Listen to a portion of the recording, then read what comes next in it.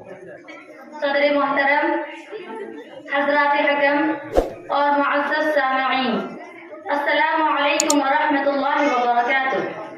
آج میری تقریر کا موضوع ناول نگاری کا آغاز و ارتقاء ہے۔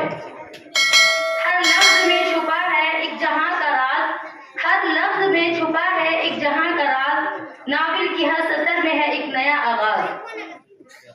ادب کے ہر صنف میں ناول نگاری کو ایک منفرد اور اہم مقام حاصل ہے۔ یہ نہ صرف کسی معاشرتی یا تاریخی دور کی عکاسی کرتی ہے، بلکہ یہ انسانی جذبات، معاشرتی تبدیلیوں اور زندگی کے مختلف پہلوؤں کو بھی بہترین انداز میں پیش کرتی ہے۔ ناول کی بنیاد اس وقت پڑی جب انسان نے کہانیوں کو ایک مربوط شکل میں پیش کرنے کا فن سیکھا۔ ناول کا آغاز 18ویں صدی میں یورپ سے ہوا، جہاں ڈینیل دیفو کے مشہور ناول روبنسن کروسو کے ذریعے 1719 کو ناول نگاری کی ابتدا ہوئی۔